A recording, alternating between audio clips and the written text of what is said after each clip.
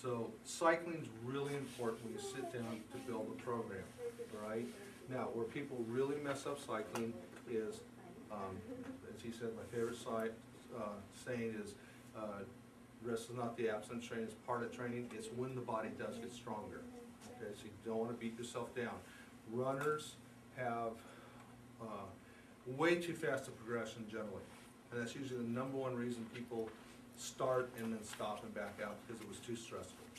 Okay, you talk to people and say, well, I think I just joined our club, and he went from not being a runner to doing 10-mile runs in, like, I don't know, it was ridiculous, 6 weeks or something. He ran a 5K for fun with his son and had a blast, and next thing you know, he's doing 10-mile runs. And I just know, in fact, I haven't seen him for 2 weeks, I'm sure he crashed and burned. That was only going to last a month, and then he was finished. It just wasn't right. You want to be real gradual. So if you say, I'm going to run, and I'm going to back that up. If you're a complete beginner, a great way to get going is alternate running and walking. All right, I've ran almost my whole life, and I have issues with my back. I cannot just run. If you read Jeff Galloway, and my issues aren't from running, they're from long jumping and doing it 6 years longer than I was supposed to when I was told to quit. But Jeff Galloway has really coined this year. There's lots of books on it. It's a great system for beginners to get going, where they alternate run and walk, because your body doesn't know what a mile is.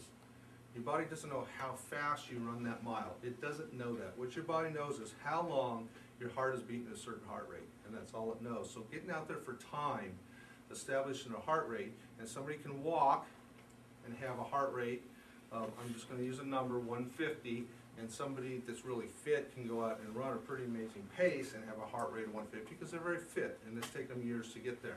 So your body does know how hard your heart is beating for how long, and that's where fitness comes from. So forget miles, think minutes, all right?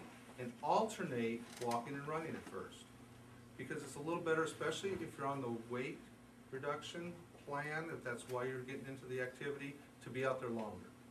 So if you say, well, I need to be out there 40 minutes and I'm just starting running, you're not going to run for 40 minutes. So you're not going to hit that necessary minutes. And once a week you need to be out there for over an hour. You're not going to hit that running until you're fit enough to do that. But you're going to get the effect if you go out and start out. I think a great way to do it is start out, run for 2 minutes, walk for 3, run for 2, walk for 3. They're 5-minute cycles.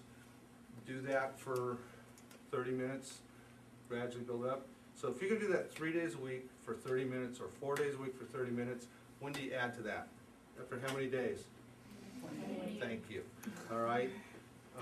Most people are like, running 15 minutes and walking 2 minutes in 2 weeks, but that's the way they think. That would work great. Now you can make small 8 to 10% changes within that time frame, but nothing drastic, okay, within that 28 days. And the way to know if you should make that change or not, if you're feeling better as time goes versus tireder, okay, then you're working too much. Then you might switch it. Now you're running for 3 minutes and walking for 2. 28 days. Now you're running for 4 minutes, 6 minutes, and you're running for 6 minutes and walking for 4. It's a progression, all right? And if you hold it for 28 days, you will constantly feel stronger versus feeling more and more tired all the time. So that's a real important number to remember, 28 days, okay?